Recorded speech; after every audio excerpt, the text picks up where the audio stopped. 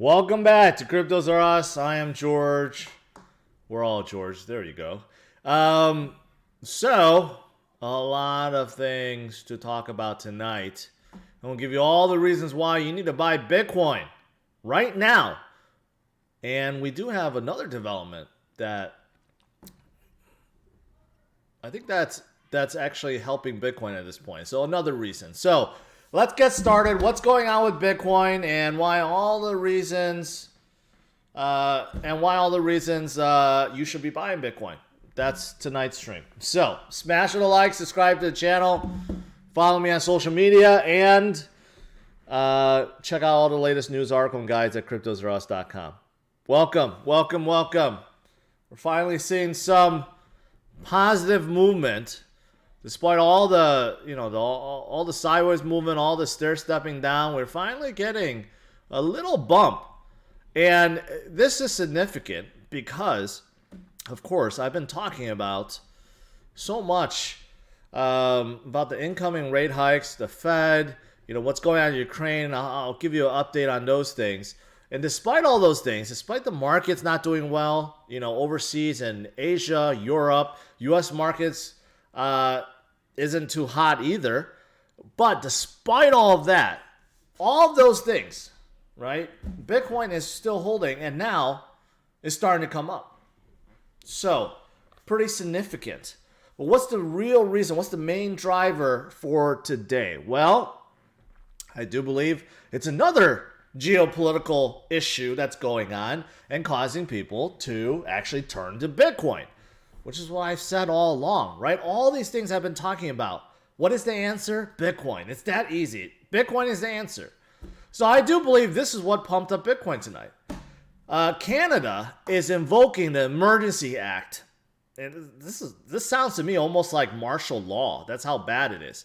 Emergency Act due to the blockades and protests over COVID-19. This is talking about the Canadian truckers. Okay, and this all stemmed because this mask mandate, which doesn't even make a whole lot of sense anymore because in the U.S., the mask mandate is pretty much gone in all the states. Every single state is removing it. So this whole thing, could just go away if they just remove this mandate. But anyways, this is still ongoing. Obviously, Canada is very serious about it, especially Prime Minister Justin Trudeau. So he's very concerned about this. So he wants to basically shut this down, right? Basically, this is taking away citizens' rights to free movement and assembly. So, this sounds a lot like martial law. Okay, temporarily suspend citizens' rights to free movement or assembly. And not only that, they are going to take away their funding. They're going to confiscate their money. So that's another thing that's going on right now. And that is why I believe many are turning to Bitcoin. So look at this. Personal and corporate accounts can now be frozen, according to the finance minister, right? So they released a video saying that crowdfunding sites, payment services, they have to register. And why do they require registration? Because basically they want to see if the money is going to support the truckers, and if so, they're going to confiscate it. So, okay, so now you're having, money being taken away or frozen, right? And you can't assemble, you can't do a lot of stuff. It's pretty serious, right? But this is why so many people turn to crypto, turn to blockchain, turn to decentralization. Because they don't want this to happen, right? We talk about hedge against inflation. We talk about a lot of these things, right? But one of the most fundamental things about Bitcoin is that no one controls it. No central entity controls it. It's a non-sovereign digital currency, meaning no country is printing it, minting it, nothing. It has nothing to do with countries. No Federal Reserves or treasuries can do anything about Bitcoin, and no government can really do anything about Bitcoin. So that's one of the use cases for Bitcoin, right? Whenever there's economic turmoil or geopolitical turmoil or any kind of turmoil, right? Bitcoin is a solution. So this is what's happening right now. Unfortunately, it's an ugly situation, but I do think many are turning to crypto right now because that is the one thing that the Canadian government cannot shut down and cannot take away. Anyone could download a wallet on their phone and receive payments. That's simple. There's no middleman. There's nothing in between that can shut things down. So I do believe that's what's going on right now. So we're starting to see this uptick with Bitcoin. I believe many is starting to look at Bitcoin and cryptocurrency. So that's number one. I think that's the biggest reason, the biggest development that just came out recently, right? That is supporting Bitcoin's case right now.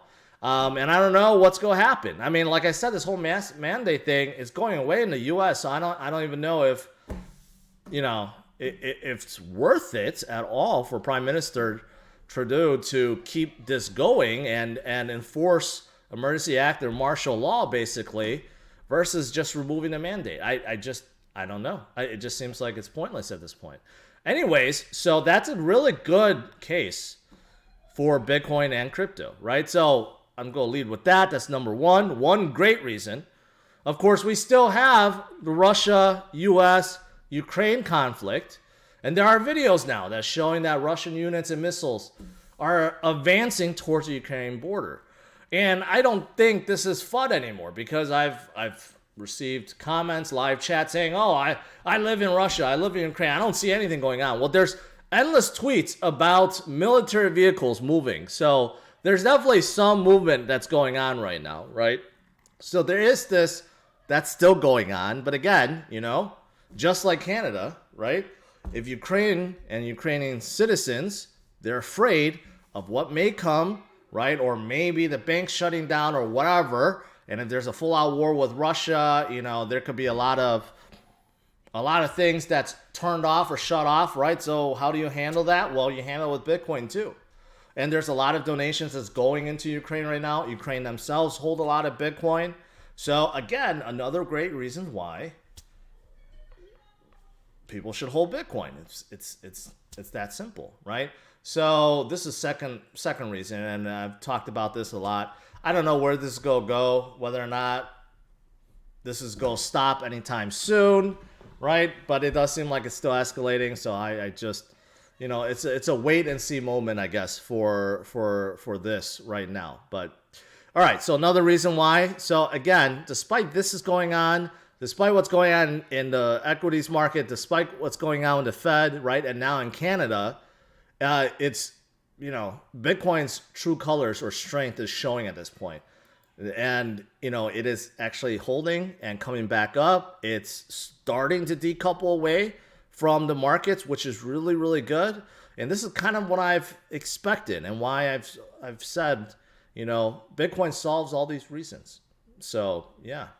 And then, of course, the Fed had their hike, not hike, hopefully didn't have a hike today. They had their closed door meetings.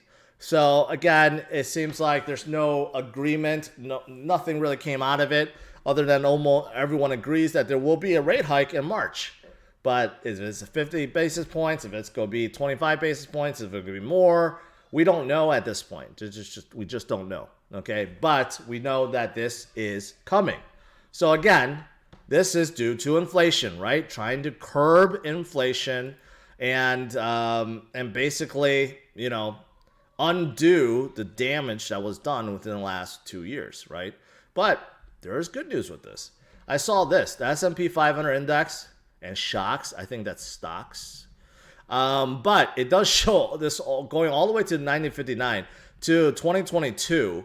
And basically, we had a lot of events, right?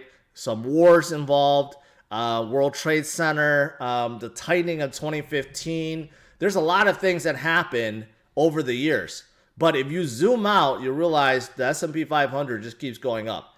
If you zoom in, yes, there's a lot of periods in there where it's very, very, very, bad, and there's a big correction. But if you zoom out, you'll realize that the markets always recover and continue onwards. And this is why what I say about Bitcoin, if you're worried about short-term volatility, zoom out and realize that over the last 12 years, all it's been doing is going upwards, right? And Same thing with S&P 500. So even if the Fed does raise rates aggressively or hawkishly, right, in short term there is more equities turmoil and volatility and you know, hesitation from the traders, but know that things will continue and continue upwards. All right, now Tom Lee, our favorite fund strat analyst, Tom Lee, who's always bullish. Oh, by the way, early place, thank you for that super chat. Tom Lee makes a very good point about rates, right? If the rates are going up and inflation is still going up, he's like, well, then it's pointless to be buying and owning bonds. That's what I've been saying. You know, people make such a big deal about 10-year bonds at 1.9 something percent, even at 2%. I'm like, 2% doesn't cover it. Inflation is more than 2%. It's at 7.5%. Why would anyone own bonds? And that's exactly what Tom Lee is saying. That means for the next 10 years, to quote him, you're guaranteed to lose money owning bonds. That's almost 60 trillion of the 142 trillion of U.S. households' net worth. That's a lot of dollars. 60 trillion is in bonds. So his argument is, where's the bonds money going to go? If you take it out of bonds and you need to earn a yield, where are you going to put it? Right? And he's arguing it's going to go into Bitcoin and crypto. That's where it's going. And that is why he believes that Bitcoin is still on its way up to $200,000. And I don't disagree with that. Right? Where are you going to park it? Are you going to park it in gold? I don't think so. Are you going to park it in bonds? No. You're not gaining anything from them. Are you going to park it in equities? Maybe. Maybe some of the right companies, yeah. But you know what? The one true asset with the most scarcity has to be Bitcoin, right? And he's speculating that a lot of that money will flow into Bitcoin. I do agree. So, also something to pay attention to as the rates come higher, right? All right, what else is there? You know, whales, Bitcoin whales. We love whales. Whales, they're still accumulating after this recent downfall, this little dip. In fact, their accumulation has increased substantially. So you can see that, yeah, this blue line, I can't zoom in on this one, but the blue line has been going up and up and up and up, while Bitcoin's price has come down. So shows, I mean, there's just a lot of metrics. You know, I've been saying this, the liquid supply is going up because institutions or whales are buying, right? They're buying through OTC market. They're doing it secretly, but you could see it. You could see it. It's very clear. You look at the addresses. In this case, addresses holding more than 1,000 Bitcoin, it's skyrocketing. You look at liquid supply, it's skyrocketing. You look at the reserves of Bitcoins on the exchanges that exist, it's dropping. Like, these can't be faked. So the proof is there. You just have to put it all together and realize that, yes, we may have fluctuations of volatility short term, but know that long term, man, there's a lot of entities that's buying and just taking Bitcoin away from everyone else, right? That's happening. And this article talks about not just Bitcoin, but other kind of investments into crypto. It does show that there's inflow, about $75.3 million worth of inflow just last week. And they're flowing into Bitcoin and Solana and Polkadot, even Ripple, right? A lot of money flowing in. And this is something I've said before, where the traders of Wall Street, the ones that were really fearful that sold out, they're starting to come back in because they realize that maybe things aren't as bad as it seems. Or they're realizing there's no better assets to buy. Right, so it does show that money is starting to flow back in. So altcoins is actually having a good night right now. You can see almost everything is in green right now. So it's starting to recover back again. And you can see ETH is up 6% today. That's very, very good. And many others are in green right now. So there's a lot of money that's flowing back in. And there's a lot of money that never left. Right, like DeFi. I've been talking about DeFi forever, but you look at total value locked within all the chains, you know, still above 200 billion. This never really dipped that much. So this is a great way to, you know, make people hold and not panic sell and stay in the game. And DeFi is a great way to circumvent some of the things that we have seen with regulations and blocks, I guess, confiscations. I mean, decentralization, DeFi is definitely here to stay, and there's going to be a greater use case for them in the future, that's for sure. But this is also very positive. So not only is big money flowing back in, but there's a lot of money that's already here that isn't being moved, right?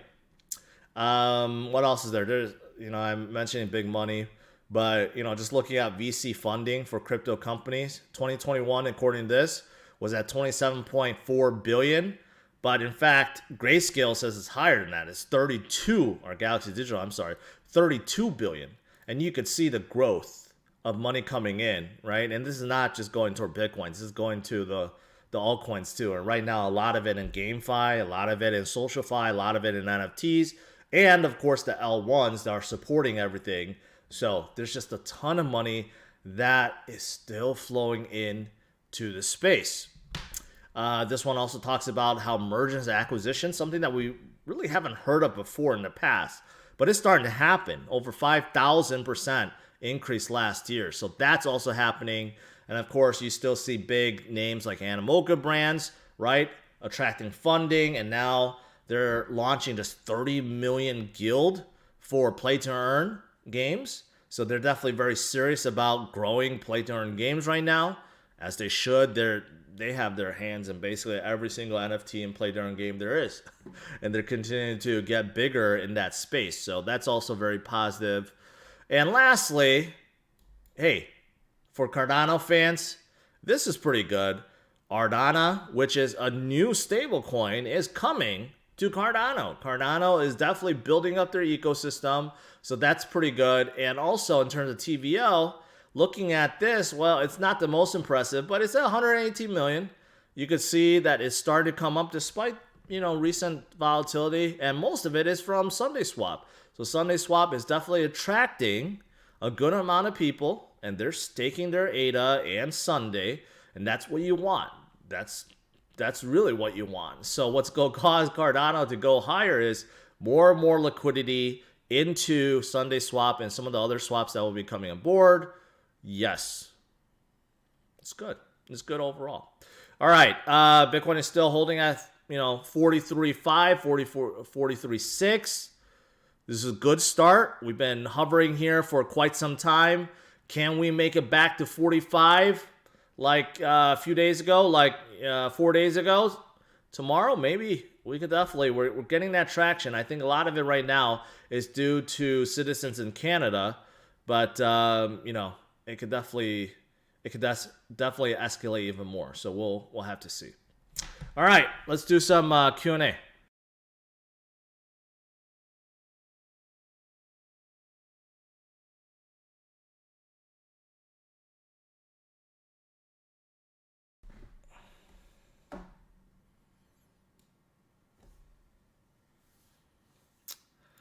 Ooh, Fest Khan says, love from Sydney. Dude, sold my Range Rover. Now have some dry powder ready for a dip. Thinking about Solana, Avalanche, Quant, Engine, Render, Cardano. I like everything you've listed except I'm not a big fan of Render. But I think everything else is good. I think you're missing a few essentials. You still got to add Ethereum in there. You got to add Terra in there, right? And there's a few other plays. I think you should add in some GameFi plays, Metaverse plays, but it's not a bad time to DCA. It's not a bad time to DCA.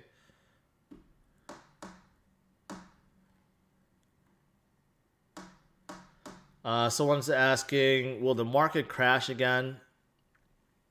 There's a lot of uncertainty right now, right? I've been talking about the Fed rate hikes that's coming up with Ukraine. So yeah, there's definitely a chance. There's still going to be more things we need to watch out for. We're not exactly in the clear, but it's definitely a good start for Bitcoin. Holding and now continuing to come back up, definitely a very good start. FTX commercial was amazing. I love Larry David. I love Curb Your Enthusiasm. I got in very late, in fact, but that show is so damn funny. I mean, Larry David is a genius. FTX commercial, I think, was very funny, except there was really no call to action for people to like jump in and start buying crypto, right? Yeah, there's an app, and I get the point of jumping on the app supposedly, right? Because you go against what Larry is saying, but not enough. Again, not enough education. People that don't understand crypto or Bitcoin, just seeing that commercial, they're not gonna do anything. They're gonna go on the app and like, okay, what is this, and then just jump right off. Just like people that all signed up for Coinbase to get that $15 worth of Bitcoin, what are they gonna do with it? They're gonna sell it right away and collect that $15. I don't know. And some people say, well, you can't educate people in 30 seconds or a minute. I guess that's true, but I still would have preferred to see some education because there was none. But I guess that's why people tune into this channel and me, for that education. So I guess I can't complain. Crypto is the way. Yes, Boba Fett, by the way, is a great show. And Mandalorian is even a better show. But in case you guys want something to watch, go on Disney Plus and watch both of them. 2 seasons of Mandalorian and Boba Fett. And Mandalorian season 3 is going to come back. But great shows. And you can watch it with your kids too. I read the title, clicked the video, and you said it's skyrocketing. I didn't say that. And it's not in the video. It's not in the title either. All right. Draymond asks, if Russia doesn't go to war and the Fed FUD is nothing burger, where do you see the crypto market? Well, of course, then we're going to see 100K in no time. But the Fed FUD is real, meaning that we will see the rate hikes come. It's just a matter of how aggressive and if the markets react accordingly to it and doesn't panic. I think it's starting to bake in. I think things are starting to be priced in because I think traders already know, yeah, the numbers aren't good. We're probably going to get very aggressive rate hikes, right? So we're pricing that in. And the markets have been sold off since November, December already. So there's many stocks, crypto that's still down 30, 40, 50%. Some even more than that, right? So I think it's starting to be priced in already and people are coming back in. They're putting money back in because they're like, okay, this is not the time to be super bearish. It's time to start accumulating.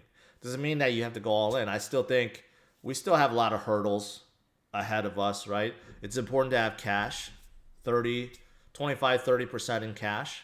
But I do think that we're starting to see a lot less fear and a lot more money starting to come back into the markets, which is very good. El Salvador Wealth coming into BTC. Well, they've been buying BTC. They've been buying a lot of BTC.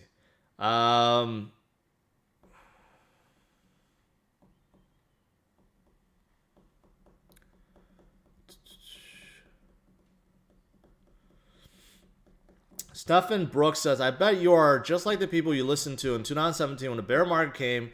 You held on the bottom, forced the DCA on hope. I'm one of the people that started channel in 2017. I don't know what you're talking about. There was very little YouTubers before me. I was one of the very first few. But yes, of course, I learned from that mistake. In fact, I got in 2013, first time when Bitcoin hit 1,200. I got into mining. I didn't know what I was getting involved with. I panicked, sold in 2014. Right? I got in 2017. I'm like, you know what? I should have been in it all those 4 years, right? So in 2017, I got back in, made a decision I'm not going to sell. And it hurt going down to 2018, 2019, 2020. It hurt going down. But now I'm better for it. And I've been DCing all along. And anyone that's been following me over the last 4 years have been too. And they're much better off for it. So I don't know if you were trying to shame me with that ridiculous comment, but no, it didn't. Why is USD not tanking? Well, it depends on what you're comparing it to.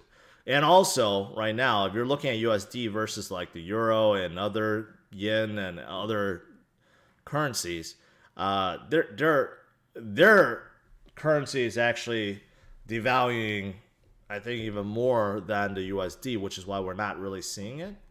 But it fluctuates. I'm not a current USD guy. There's a lot of traders that only trades foreign currencies and stuff. So Will says, I wish I listened to my friends in 2017. Yes, many people wish that. The same thing in 2021 and 2020. Let's not forget, in 2020, Bitcoin fell to 3,800. Ethereum was under 100. I was still streaming. I was not feeling too good about it, but I continued to hold on and told people to hold strong. We'll come back. Last year was the same thing. We fell down to 28,000. Like what we were pretty close to that. I told people, hey, we'll go come back. We're not going to fall down to 10,000. And sure enough, we did form a new high, right? It's the same thing. It's Bitcoin is too big, right? Right now, there's too many holders, too big for it to just go to zero, like Peter Schiff is saying. It's not going to go to zero. Will we continue to have volatility? Yeah, but as Bitcoin gets bigger and bigger and bigger, that volatility starts dying down. Eventually, we're just going to have very small movements and just a gradual continuation upwards. And we're starting to see that already. I was super strong 27. I don't think that's true. Sis thoughts and Pegasus Dex launch. Pegasus seems like a lot of people are buying these horses to race. I was looking at it the other day. A little pricey. It's like $2,000 per horse. So for their Dex, yeah, that's great. So you can then start trading horses within that Dex. I don't know about Sis though. Why is Ethereum name service not being talked about? What is there to talk about?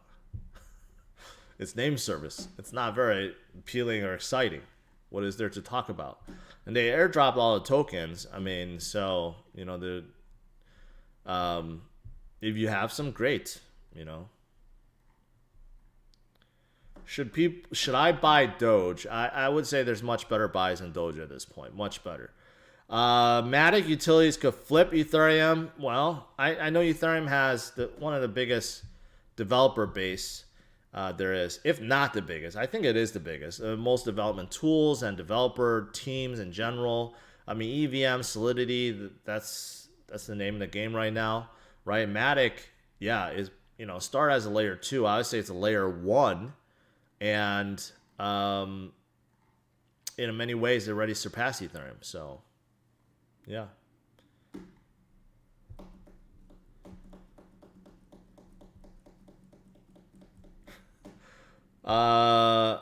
Antonopoulos, yeah, he's a really good, smart guy, but there's no way there's no way he'll be good for a Super Bowl ad, first of all. And I don't think he can explain it in 30 seconds, but that's just my opinion. But his channel, and he's been in Bitcoin for a long time. He got a feud with Roger Ver before. But he's a very, very educational guy.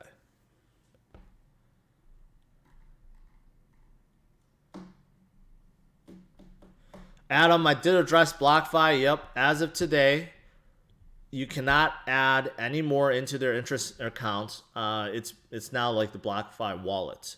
But if you have crypto in there, you'll continue to earn interest. But unfortunately, due to this lawsuit with the SEC does not like lending companies. So they start with BlockFi. You know, they've already warned Coinbase. It looks like they're warning Gemini 2 and possibly Celsius. So in terms of lending companies in the U.S., the SEC does not like them because basically, you think about it, they're competition to banks, right? And Gary Gensler has to protect the banks. So it kind of makes sense that he's doing that. It's an unfortunate thing, but that's where we need to turn to DeFi so that it can't be taken away. But in the meantime, there are still a lot of services that's open. So take advantage until it's taken away, I guess. But outside the U.S., this is no problem. If you live outside the U.S., you don't have to worry about any of this, all this regulatory nonsense that's going on right now. Sol or Matic? I like both. I like Matic more than Sol at this point, so. But I think both are good.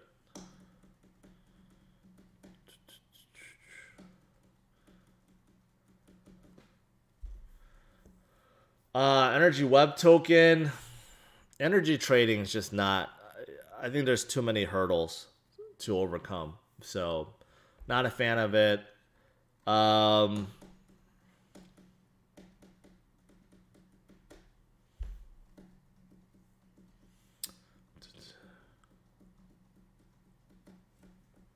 Mummy, okay, thank you. I think fewer and fewer people will be using BlockFi in the US from now on. I mean, that's obviously, it makes sense. They're basically turning themselves into a wallet provider so that you could store and utilize their custodian service and for trading. And also they're really going after the credit card market because no one, as far as I know, has one of these, right? Which is a Bitcoin rewards credit card. So that is still something that they're going to be, promoting, and they have the lead in that. But yeah, for lending, basically, U.S. customers, you're not going to get any interest. If you're outside the U.S., you still will, but inside, no.